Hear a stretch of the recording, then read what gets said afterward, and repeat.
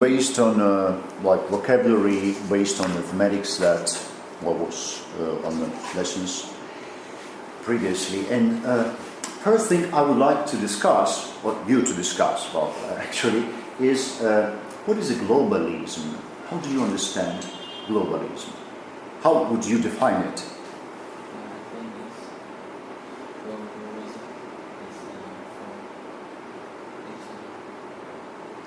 It's about global. Yeah, sure. It's about being global, right? But what is that? Try to give me your own definition. Don't be afraid to give your own definition if you will.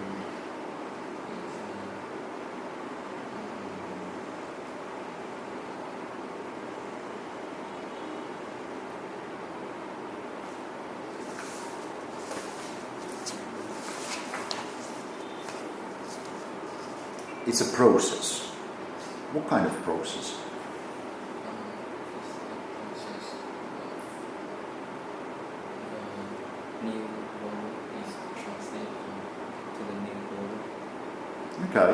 Well, I think globalization is a tendency, a process when the manufacturing, the production, the ideas spread all over the world, right? And like the money, the capital, right, all spreads all over the world.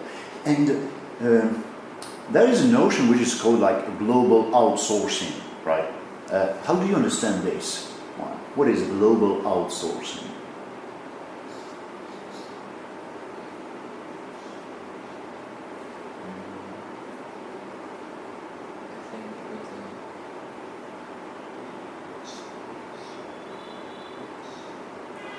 Outsourcing. I can give you a hint, okay? And we'll try to speak about that. Let's say I have my own company, right? And I want to manufacture, to make something.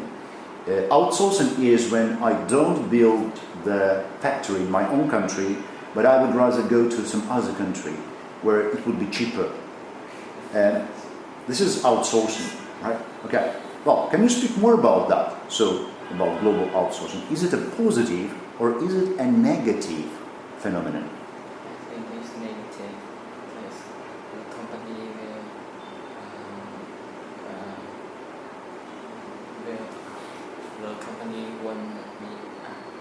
the company don't like to pay the tax in developing countries like the SA because the tax is very high. So they prefer to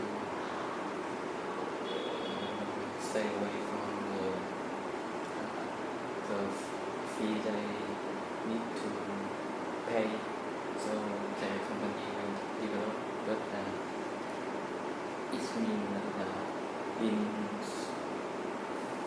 in some country like Spain, tax is so high.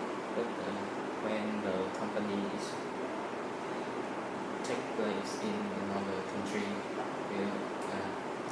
they will make the money and this affect to the industry economy situation. Do you think that outsourcing can in any way be also a positive thing? Can there be any kind of advantage of outsourcing, like for people who don't come from the resident country, right? The advantage of global outsourcing is for the company own, I think, because it will help the company more developed by having more workers and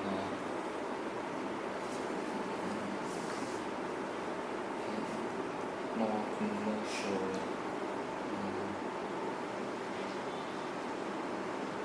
It's easy to commerce with another country, and their company will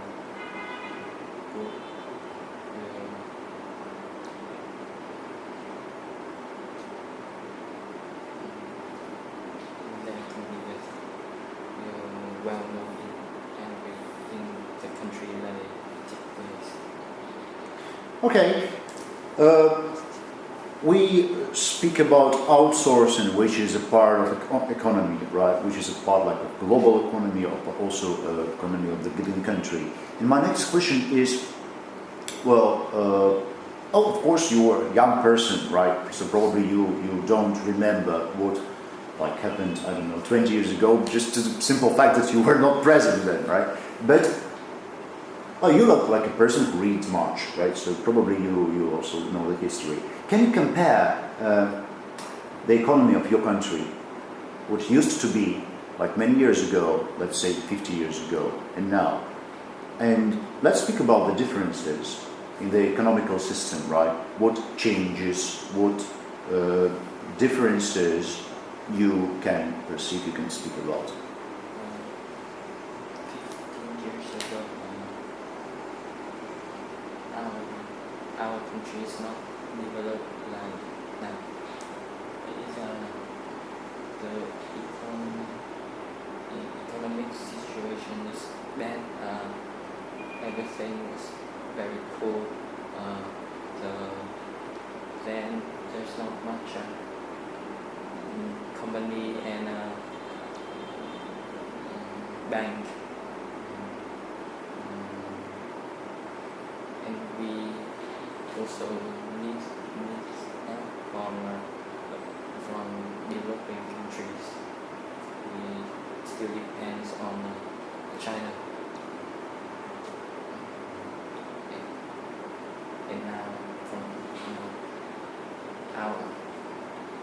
now the situation is getting better. Yes, it is getting better. Well, can you compare, like, well, maybe remember when you were like, I don't know, 6 years old, right? What changed in this period of time? What it used to be, and how it changed to now? Because I think really a lot of things changed. I wonder if you understand it, if you can observe it. Years ago, there's not much iPhone or any New technologies, right? So can you speak about that? We just when I was 6 years old,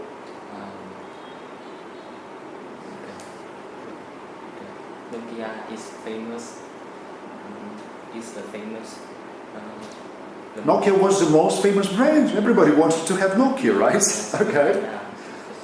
iPhone, no. What kind of telephone do you have? No, Right. I don't have. You don't have any? Okay. Because my was broken. Okay.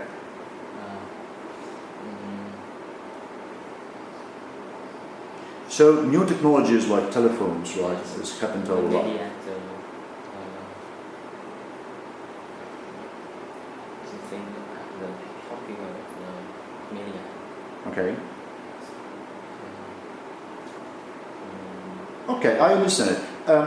Last thing I would like to discuss, well, we talked about economy, but let's get back to tourism. I like this subject very much, but my question will not be easy.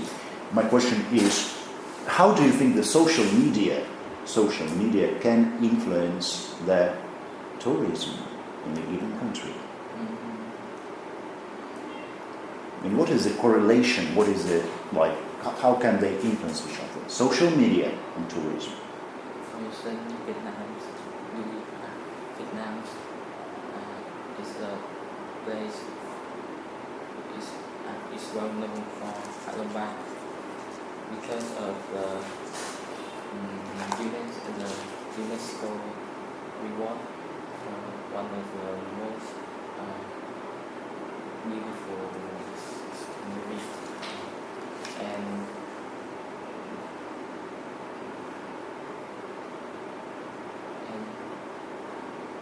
so that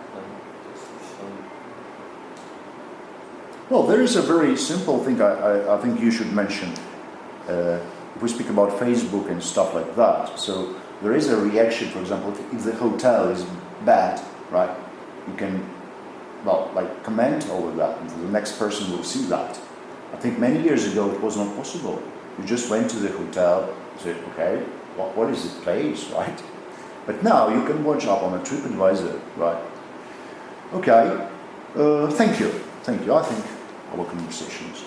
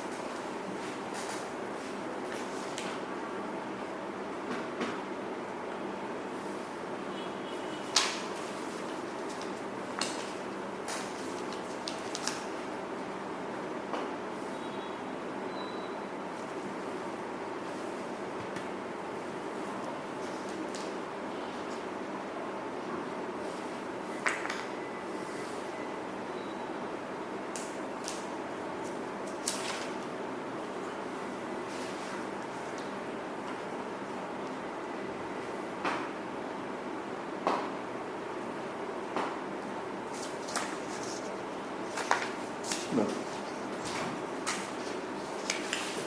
How are you today? I'm fine. Thank you. Okay, just write your full name.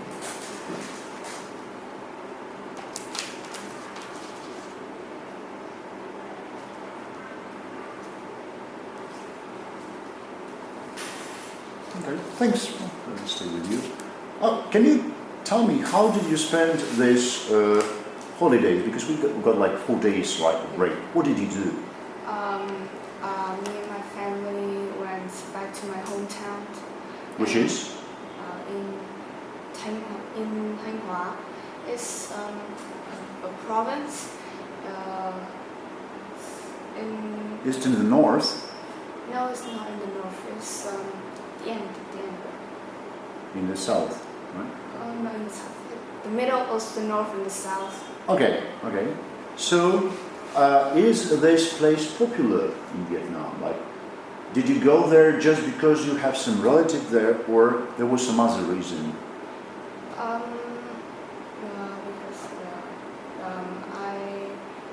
I was born there, so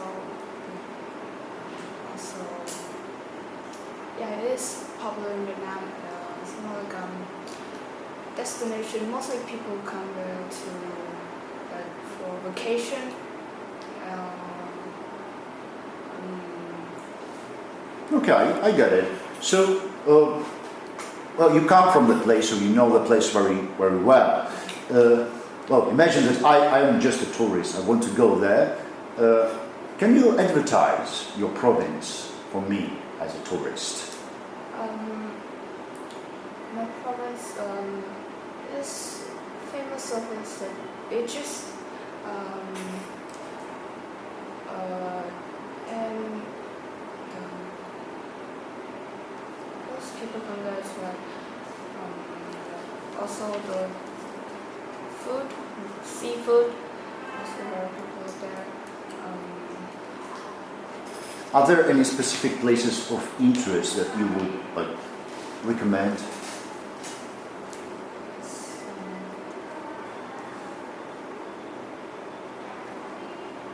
Not really.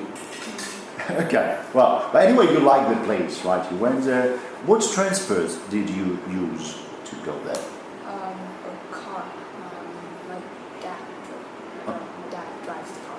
Okay. So, is it a common way of how people travel in Vietnam?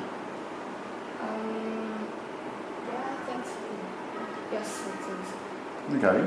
So, if you would recommend any kind of vehicle, any kind of transport to tourists, what would that be, and why?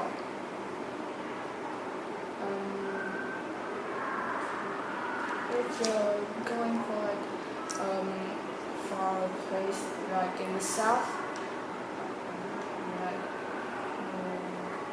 or like a long distance destination, then you should use the plane. But if you want to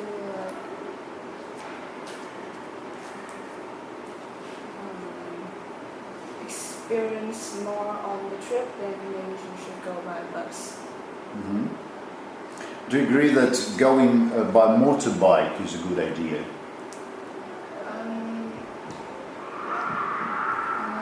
It is good if you want to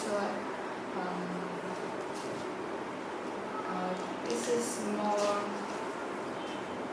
free than go by a plane or by a bus, but this also has more dangerous than using other transports.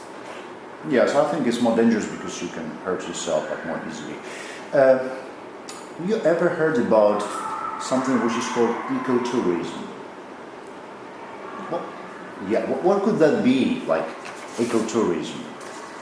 Can you guess what is ecotourism?